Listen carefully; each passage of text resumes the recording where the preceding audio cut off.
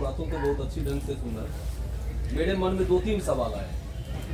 सबसे पहला सवाल है कि आप तो सत्ताधारी दल के शीर्ष पद पर थे, जो अभी बिहार में सत्ता है, जदयू की नीतीश जी की सत्ता है, उसके शीर्ष पद पर थे और मुख्यमंत्री जी के काफी करीबी थे, तो वहाँ रहकर भी बदलाव लाया जा सकता था। आपको वहाँ क्या कमी दिखी या क्या ऐसा दिखा जो उन्हीं को बेदखल करने के लिए आपको ये?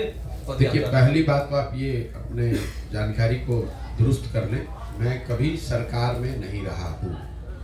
मैं 2014-15 में यहाँ पे चुनाव मैंने जिताने के लिए मेरी भूमिका थी और मुख्यमंत्री के काफी करीब रहे, उसमें कहीं कोई दो मत नहीं है। उपाध्यक्ष तो थे सर। अरे सुन तो लो मेरे भाई, पार्टी का उपाध्यक्ष सरकार नहीं चलाता है।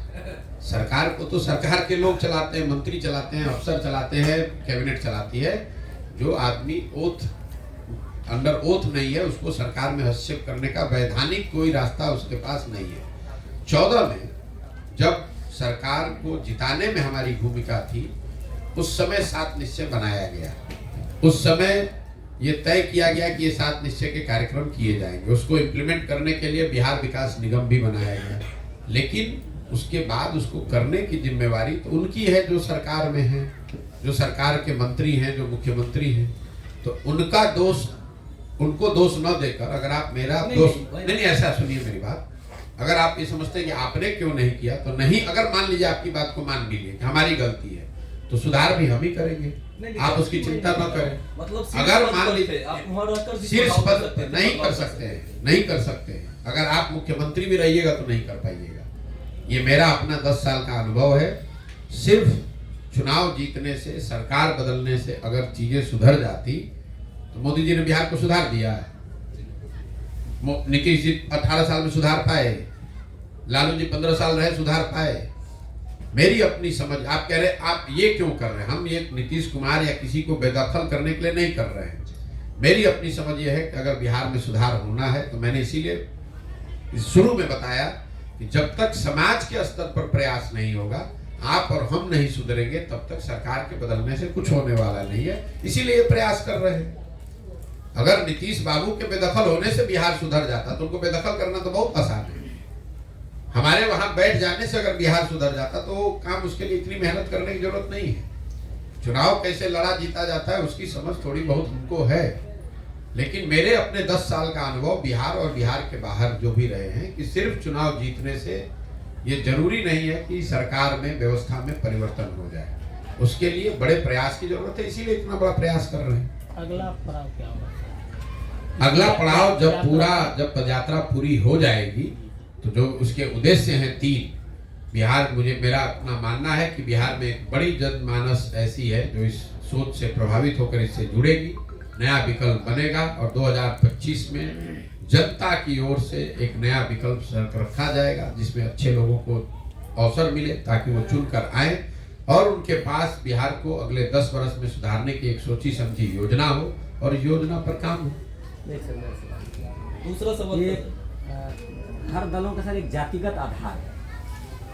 जितने भी दल लोग बैठकर आपस में चर्चा करते हैं, जाति का बैंक है उनके पास, उसके आधार पर वो दम भरते हैं। और जो दल का कैडर बेस पार्टी है वो सारे दल हाशिए पर है जिनके कैडर बेस पार्टी है। इन चीज़ों से सर आप कैसे लड़ेंगे? ये आपका भ्रम है।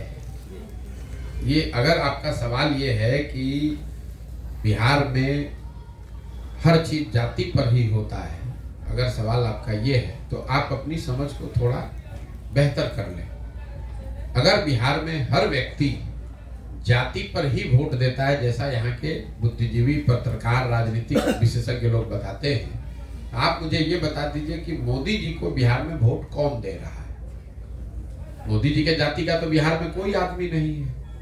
ये इतना सीधा मामला नहीं है जितना आप समझते हैं। बिहार में जाति एक बड़ी सच्चाई है, जैसे अन्य कई राज्यों में है। ये आपको और हमको ऐसा लगता है कि खाली बिहार में जाति है, ऐसी बात नहीं है। गुजरात में भी जहाँ राजनीति होती है वहाँ भी जातियों की बात होती है, कर्नाटक में भी होता है, केरल, तमिलनाडु में भी होता है। ऐसा नहीं है कि बिहार में ही सिर्फ जाति है। जाति सच्चाई है समाज की, राजनीतिक सामाजिक जीवन की, उसको आपको समझना है। और एक बड़ा वर्ग है जो जाति के आधार पर वोट करता है, लेकिन एक बहुत बड़ा वर्ग ये भी है जो जाति से अलग हट के धर्म के आधार पर वोट करता है। एक बहुत बड़ा वर्ग है जो सिर्फ भाजपा को इसलिए वोट करता है क्योंकि वो लालू को वोट नहीं कर सकता है। और मुसलमानों का एक बड़ा तबका, करीब करीब 90% मुसलमान आरजेडी को इसलिए वोट करता है कि वो भाजपा को वोट नहीं करता है, वो तो जाति के आधार पर नहीं वोट कर रहा है। तो पूरे समाज के लिए कह देना कि सब आदमी जाति पर ही वोट कर रहा है, कल होकर अगर आरजेडी को, मुसलमानों को यहाँ आरजेडी के मुकाबले कोई बेहतर विकल्प दिखेगा जो भाजपा को हरा सकता है, तो वहां से हटेगा कि नहीं हटेगा? कैसे आप कह दिया आपने कि कोई कैसे नहीं हटेगा? कल होकर जो लोग लालू के डर से मुफ्त में भाजपा को वोट दे रहे हैं, उनको बेहतर विकल्प दिखेगा तो हटेगा कि नहीं हटेगा? अगर जाति की बात को मान भी ले कि उसको कोई नहीं तोड़ सकता है जैसा आप समझते हैं, और आपने ये दलों का दावा है। हाँ, दलों का दावा, सच्चाई नहीं है। आप CSDS का सर्वे उठाकर देख लीजिए। पिछले लोकसभा चुनाव में CSDS का सर्वे बताता है कि करीब करीब 35% यादव समाज के लोगों ने बिहार में भाजपा को वोट दिया है।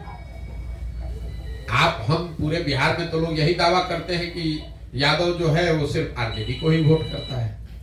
ऐसी बात नहीं है। ये तो एक संभव है कि यादव का एक बड़ा वर्ग आरजेडी को वोट करता हो, लेकिन हर यादव समाज का हर एक व्यक्ति आरजेडी का बंधुआ मजदूर है, ऐसा समझना गलत है और ऐसा बताना उस समाज का अपमान भी है। ऐसा नहीं है, कोई समाज किसी का बंधुआ मजदूर नहीं है।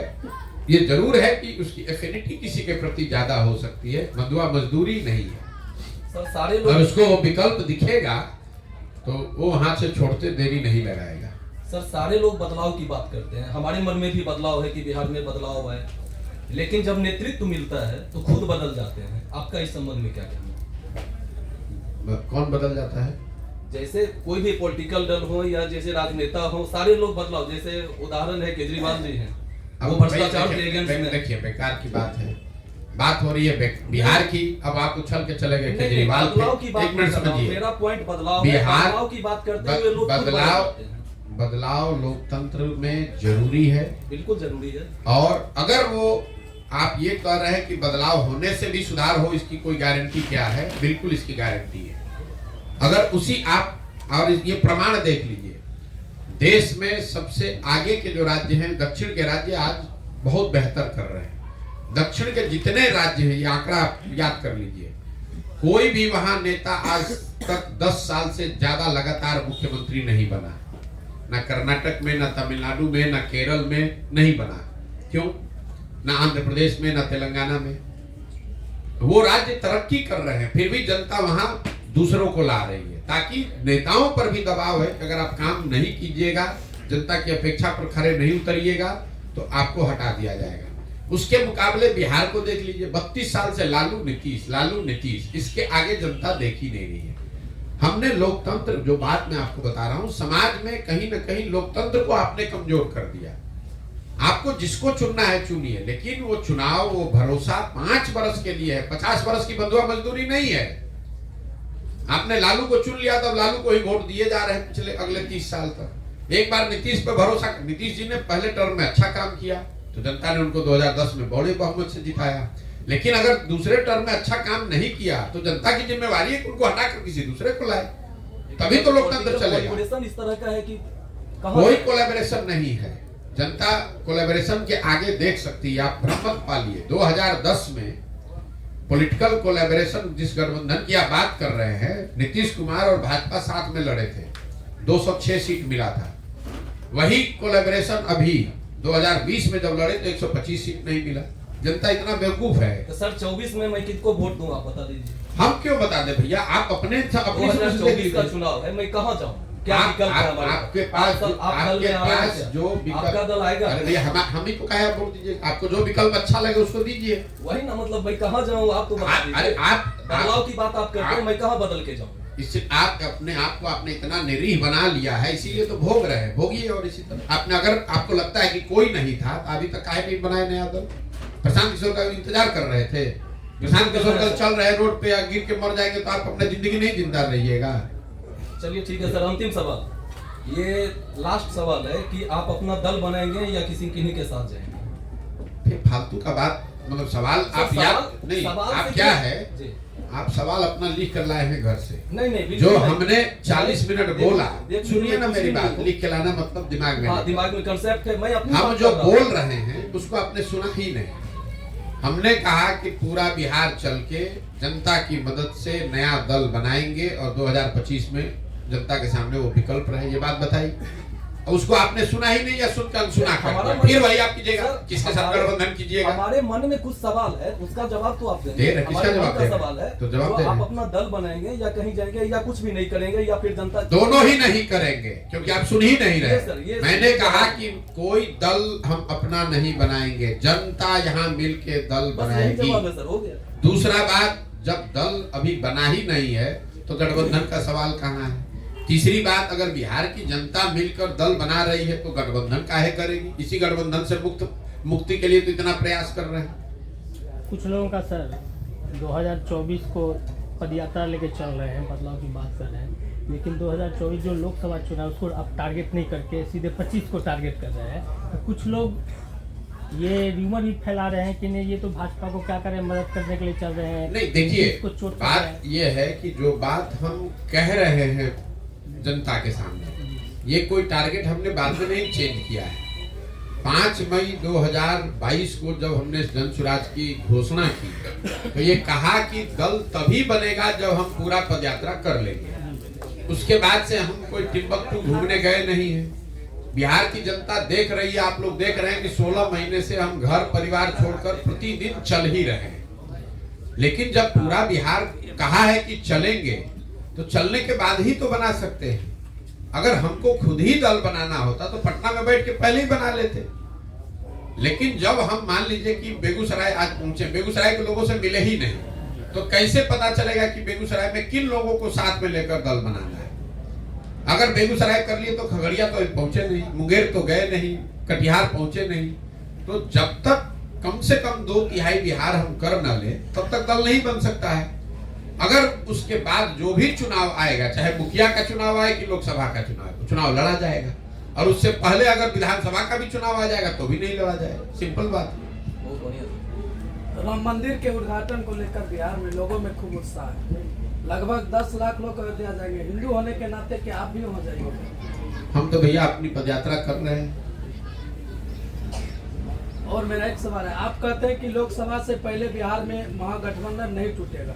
चर्चा है कि पीएम मोदी के होने वाले बिहार दौरे पे नीतीश से सब सेट हो जाएगा। अब ये चर्चा आप जाने, नीतीश कुमार को खुद नहीं पता है कि वो किसके साथ रहेंगे, और आपको पता है कि रोज बेकार एक न्यूज बना सकते हैं, लेकिन उसका कोई फायदा नहीं। मेरा सुझाव मानिए, नीतीश कुमार को जितना हम जानते हैं उतना कम लोग बिहार में जानते होंगे। नीतीश कुमार को खुद नहीं पता है कि वो कहाँ रहेंगे। एक बात जो मैं कह रहा हूँ कि लोकसभा के बाद ये नीतीश कुमार जी के राजनीति का अंतिम दौर चल रहा है, और लोकसभा चुनाव के बाद नीतीश कुमार जी के दल का विघटन औपचारिक तौर पर शुरू हो जाएगा और आपको दिखेगा।